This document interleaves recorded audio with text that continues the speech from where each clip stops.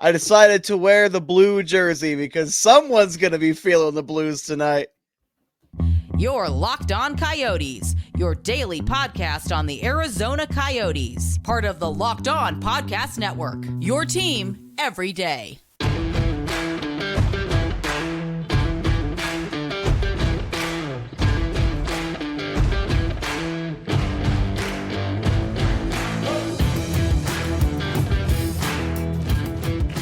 Welcome to the show, everybody. This is Locked On Coyotes, #1 daily podcast on the Arizona Coyotes. I am your host, Robyn and Matt, alongside Matthew Jacobson. We want to thank everyone for making this show your first listen every day. We are free and available everywhere you get your podcast. And I want to also apologize for looking like absolute crap, Matthew.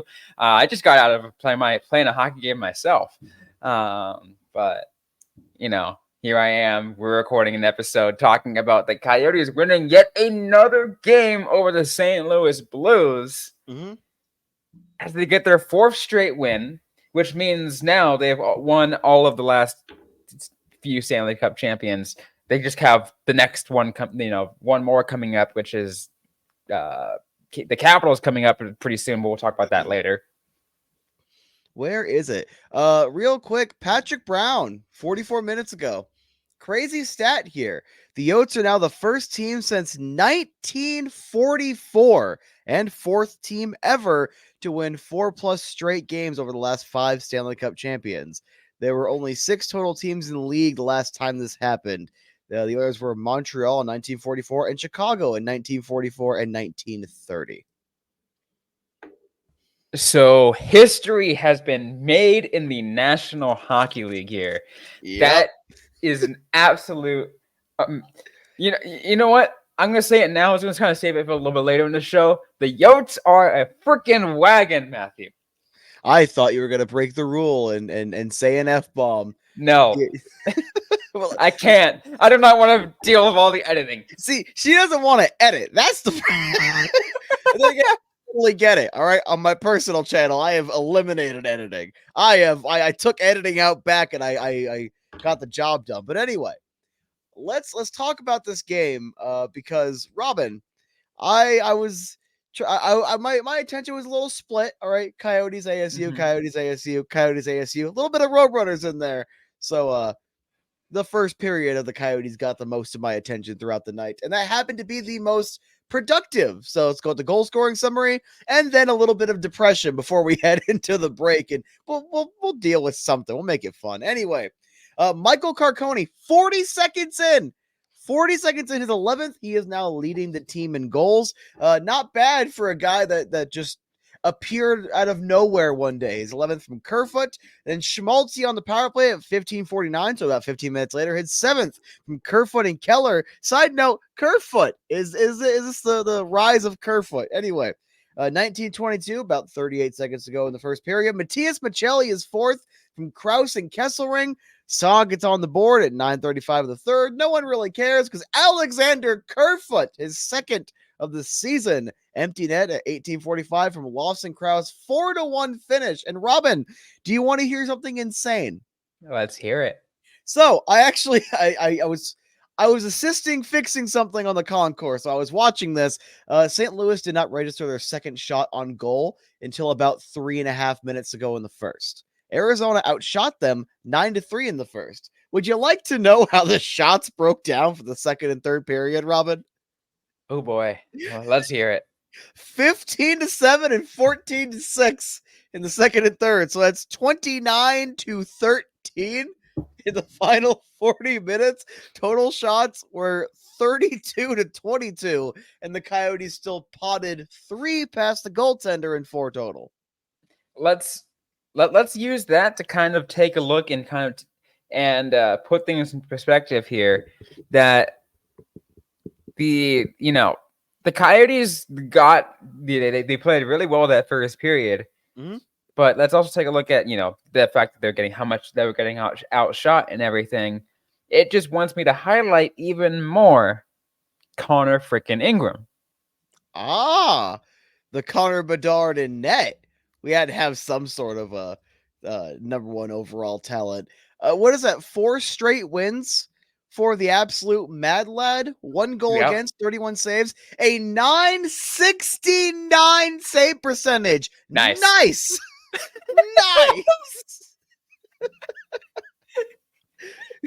I love that. Connor Ingram. His last 4 games, actually his last 5 were all 900 or better save percentages. The 2-1 loss against St. Louis is his last loss on the 22nd. 900 save percentage, 20 saves, 2 goals against. 18 saves, 2 goals against. Vegas, 34 saves, shutout. Against Tampa, 31 saves, 1 goal against, 968. Against Colorado, 31 saves, 3 goals against, 903. And against St. Louis tonight, 31 saves, 1 goal against, 969. He has been insane, and it is officially time to trade Karel Vejmelka. We need to move.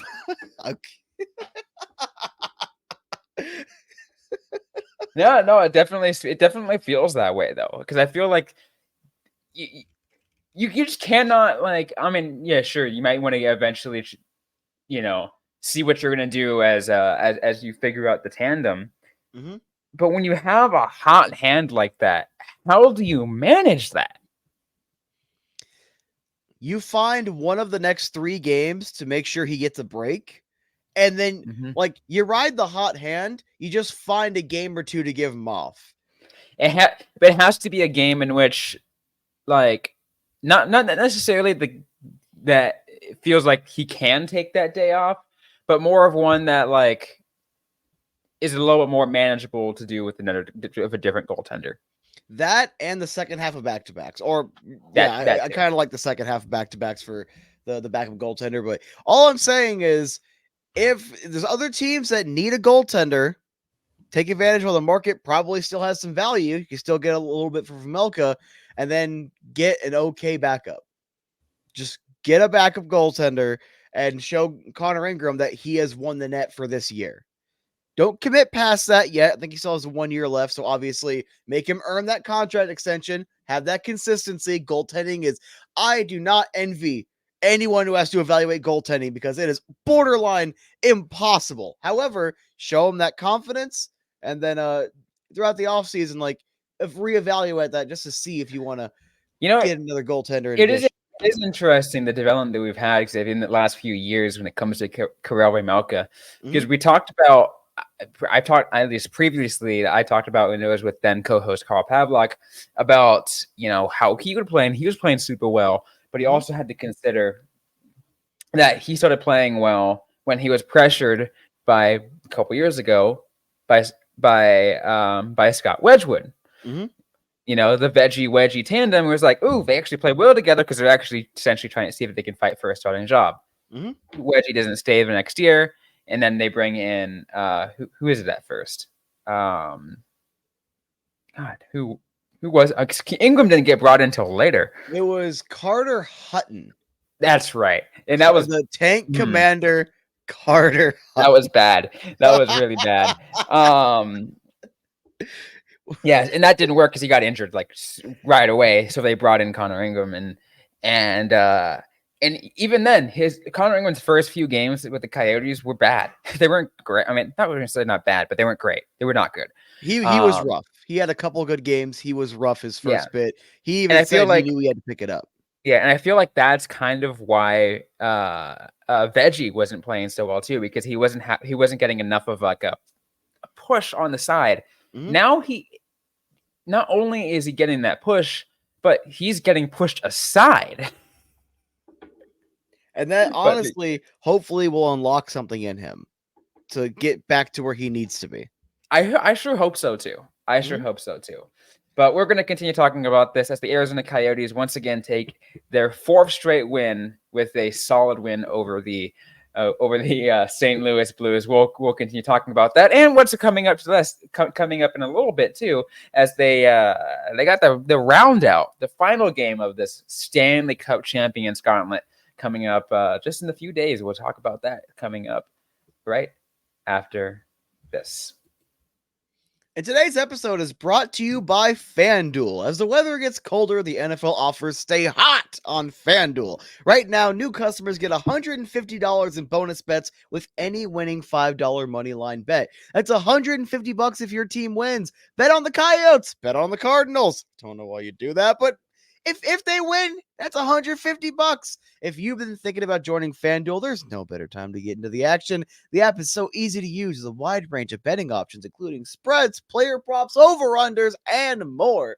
So visit FanDuel.com/lockedon and kick off the NFL season. FanDuel, official partner of the NFL. All right, Matt, another player I want to highlight, and you mentioned his name in the goal scoring summary. Mm-hmm. I feel like we have to talk about him, and that is Michael Carcone. He continues to be hot as he scores his 11th goal in the season, now leading the Coyotes in goals. And it's just this dude just does not. It seems like he's having no signs of slowing down. He's averaging 11 minutes on the ice. Correct me if I'm wrong. I know defensemen get heavy minutes.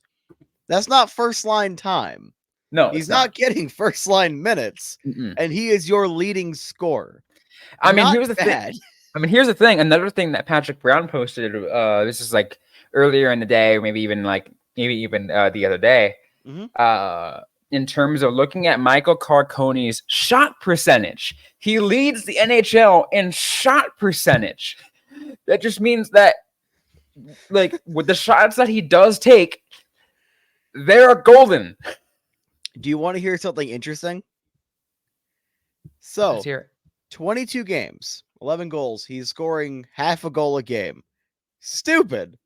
He has taken 33 shots. Not insignificant. He is 3 shots shy of his NHL record, of his NHL personal career best of 36 back in 2021-22, where he played in 21 games. His shooting percentage, 11.1% back then.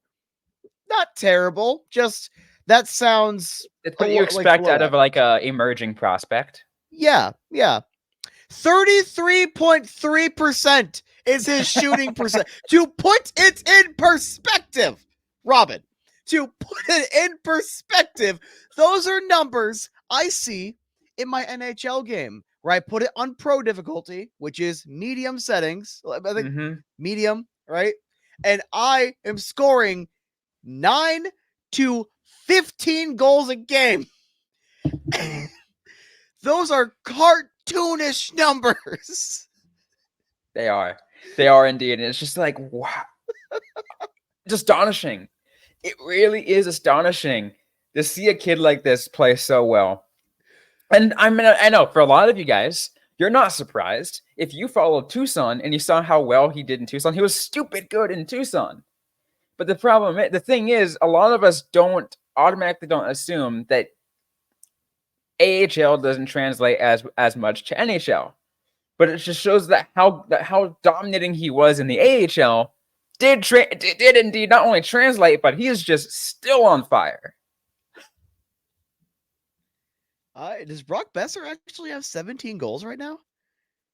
Does he have 27 points? Okay, that's a different. That's got to be a different.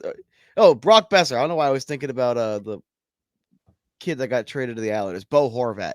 I'm looking at the other shooting percentage leaders right now, and you have I don't know who Simone Holmstrom is, but he only has 7 goals. His shooting percentage is 30.4%. Sam Reinhart, 26.7%, 16 goals on the season. Höglander has 7 goals, 25.9%. Like, it's cartoonish. There are multiple players that have more goals than Carcone, and their percentage is lower. His percentage is like 3% higher than the next closest. I don't know how else to describe this. This is cartoonish. This is ridiculous. 100%. It is absolutely astonishing how well we're watching this kid play. And I want to turn back to the offseason, Matthew, and we talked about Michael Carcone getting re-signed, and we're like, okay, like, where is he going to, what is his fit in this roster? We were questioning what his fit in this roster is. Is he going to be like that extra forward that's going to get some, that's kind of how rotate in and out every now and then? Yeah. He's proved himself that he's not that. He's well more than that. He is indeed a solid depth piece that the Coyotes just cannot get rid of. No.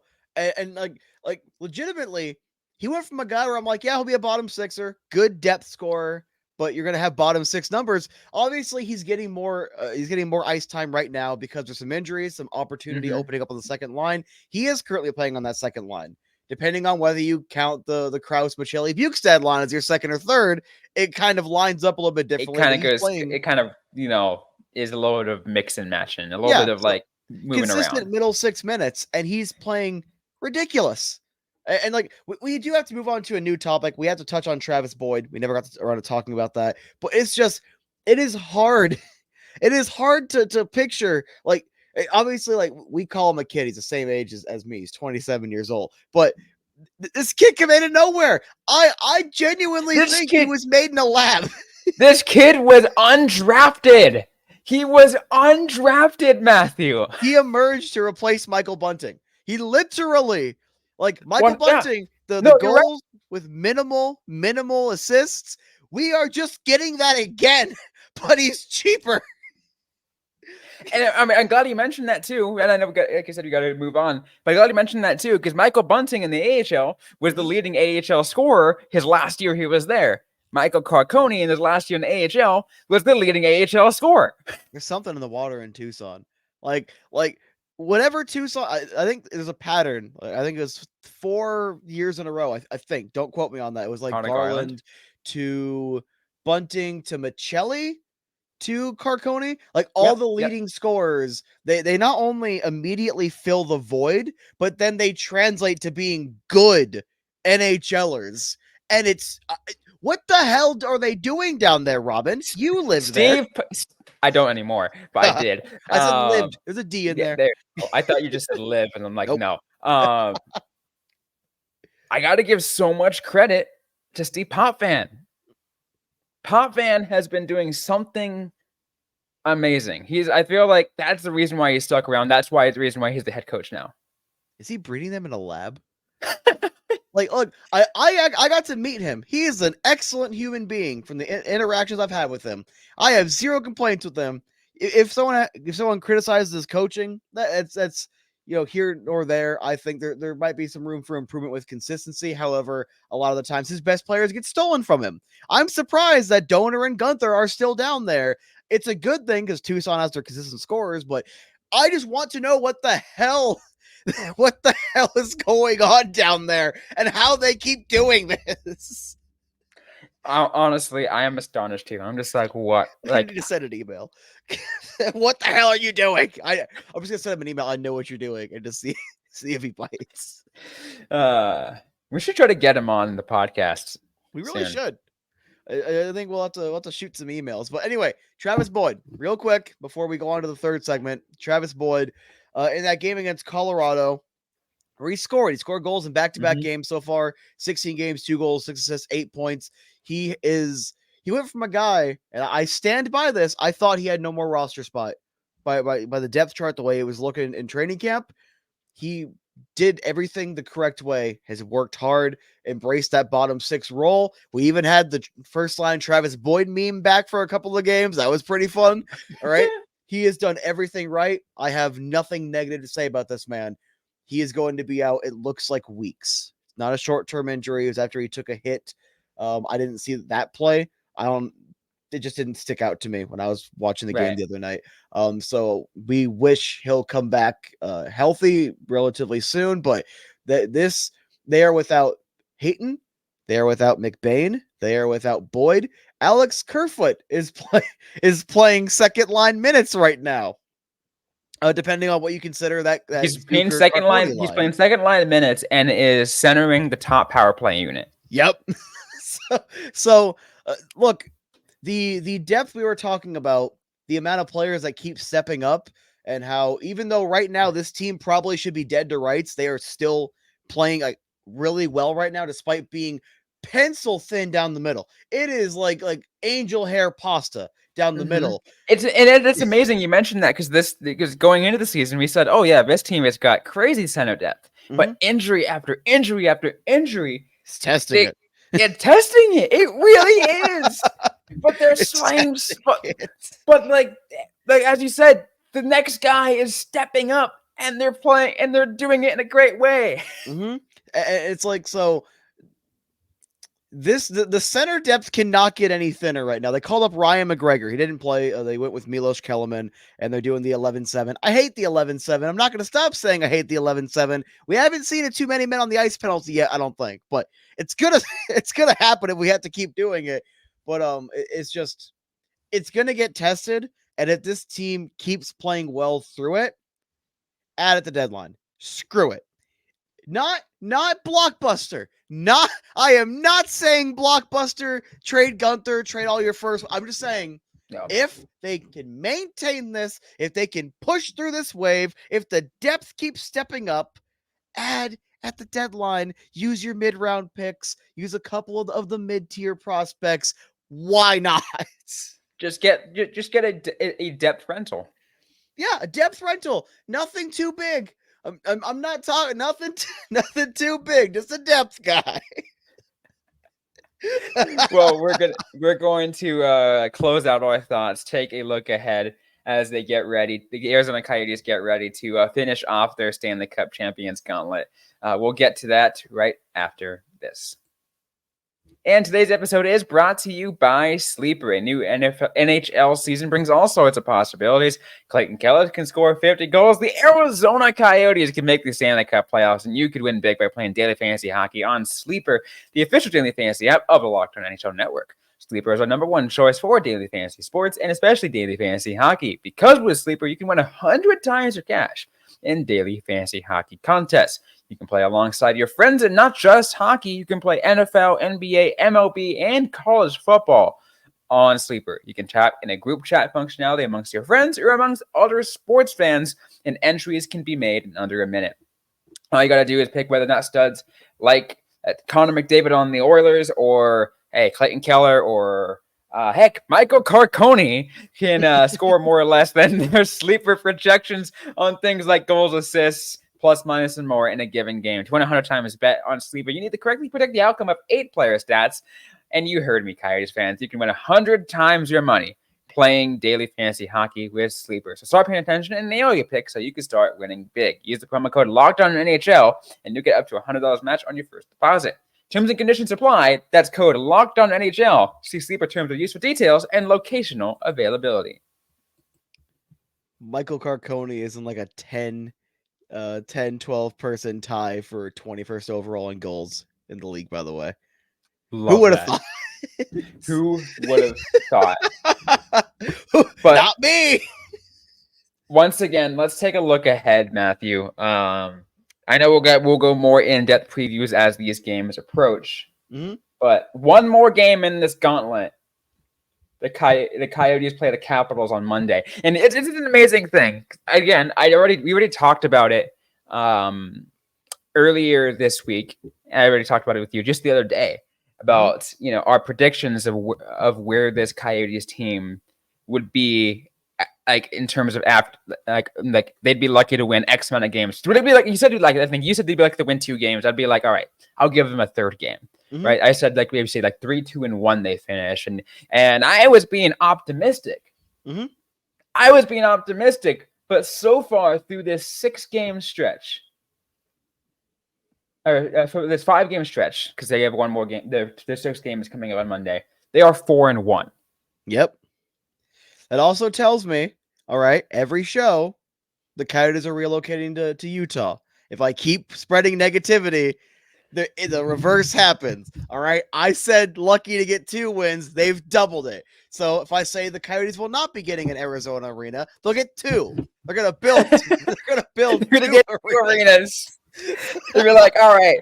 It's like, all right. Weekday games, we're going to be over here. Weekend games, we'll be over here. Weekends, you're still in the mullet, but it's not actually the mullet. It's another building. It's like 15,000, but they just call it Mullet Arena 2.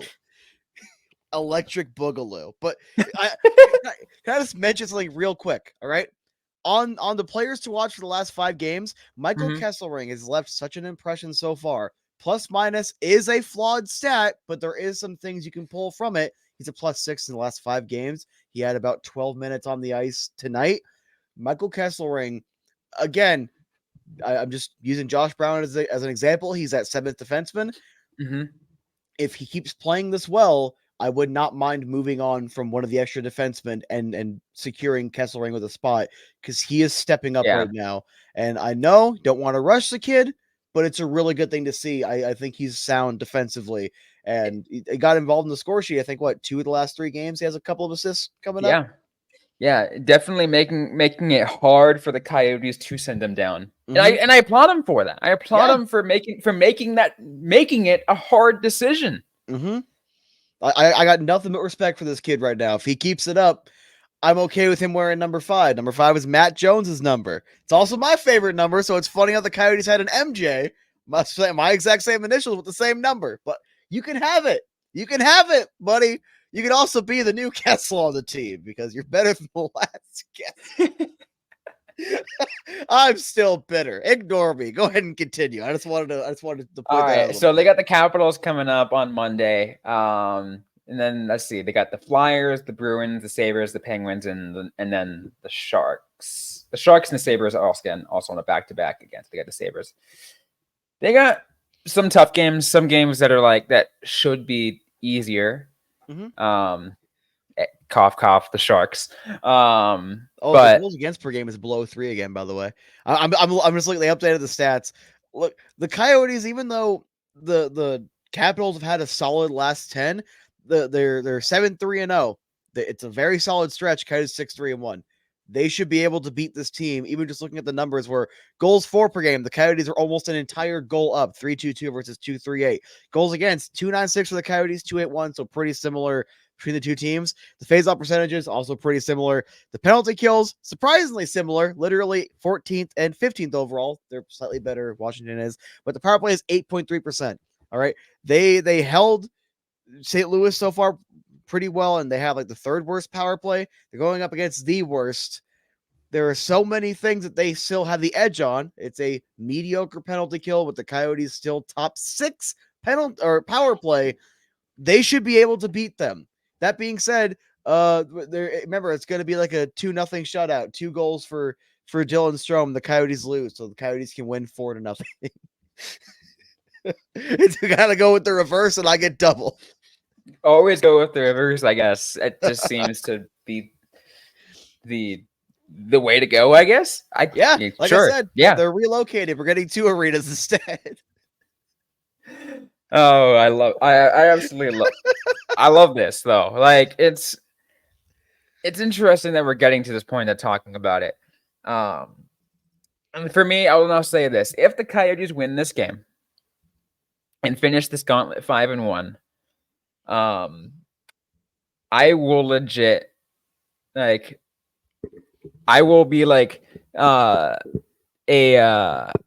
I will be if those who follow Congress, whatever, something mind, whatever, I'll be like, what the whip is on a certain side where they try to whip people's votes to go to a certain direction. I will be like that with each host for the Locked On NHL power rankings. I'm like, you better put the Coyotes with some gosh darn respect. Put them up there.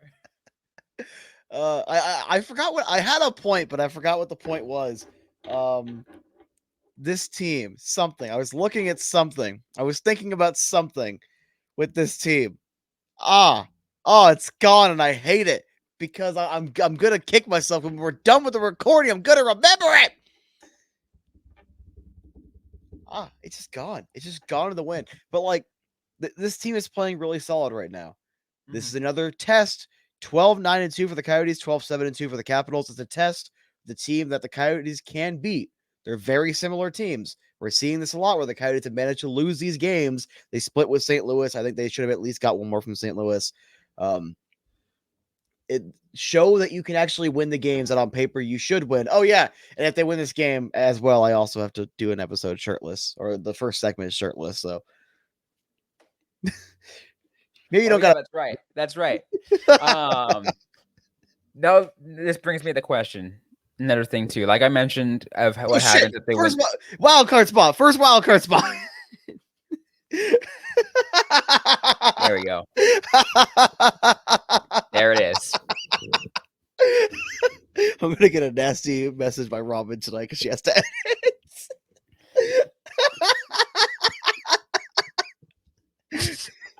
I'll make it easy on you, all right? All you gotta do at like the 29-minute mark is just remove my audio for a second.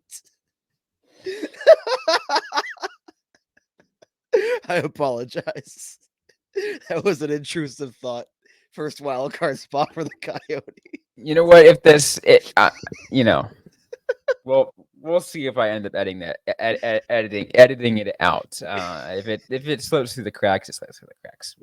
They're also 2 points shy of Winnipeg for a top 3 in the division. Anyways, as I mentioned, as I was going to ask you, the Coyotes win. Where do you put your vote? For the Coyotes in the power ranking for the division or the league? For the division. I'm just going to be super biased. If they can win, I'm going to put them number 1. Right now, like this stretch, because that would be 5 wins in a row. That would be against the last 4 or 5 Stanley Cup champions, the last 6 technically, because Tampa Bay won 2. It's impressive because all of these teams are still either playoffs or in contention for playoff teams right now, even though they won the cup anywhere between, I think it's 5 years ago and most recently. So it's like they're still good teams. We're not talking about they're all bottom feeders now. They're all in the middle of rebuilds. St. Louis has been mediocre, sure, but they're still second wild card team right now. You know what's funny? If they beat, I'm also looking ahead too. And really quick speed out, they would have to close things off. Yeah, sure. If they things can happen between the Flyers, the Bruins, and the Sabres, whatever can happen, wins and losses. But then to go ahead and beat the Penguins, that means in just a month time span, they beat the last 8 Stanley Cup champions. They already made history in the modern era. That's gotta be just history. That's gotta just be history. It's gotta be. And if you really want to be technical, they also beat the Sharks, and I think another team that's like a decade of at least Final Four appearance teams. Or at least a Cup Finals team, I think, because the Sharks lost one of those to the Penguins. Who won it in 2015? Was it the Sharks 2015 or 2016? Because then you also had Nashville Nashville. Sharks went to the Cup final in 2016 against the Penguins. So was it 2015 or 2017 that Nashville went? Because Nashville went to 1. Nashville went to the finals in 2017. Yeah. There you go. Honestly, I think we gotta do some research here. We gotta do some research and figure out some history like that. I gotta actually work. I gotta actually put in effort on this shit. Yep, I am. That's your homework for tonight, Matthew. She's stalking my pay if I don't, and I'm going to bed as soon as this is over with. So my pay is docked. All right, well, I guess that's going to be it for today's episode then. If you guys like what you heard, don't forget to leave a review, like, comment, subscribe if you have yet to already. We're available everywhere you get your podcast, including on YouTube and on the Sirius XM radio app. Also ad-free on Amazon Music. Don't forget to interact with us on social media. We're on Facebook, facebook.com/LockedOnCoyotes, and on X at @LO_Coyotes. I'm personally at Robyn with the Y _LEANO. Matthew Jacobson is at the AZ Sports Guy. Interact with us, ask a question you might have. We might answer it right back or on a future episode of the Locked On Coyotes podcast. Thanks again, everyone, for listening to today's episode. Hope you guys are staying safe out there. Hope you guys are staying healthy. And don't forget to howl on.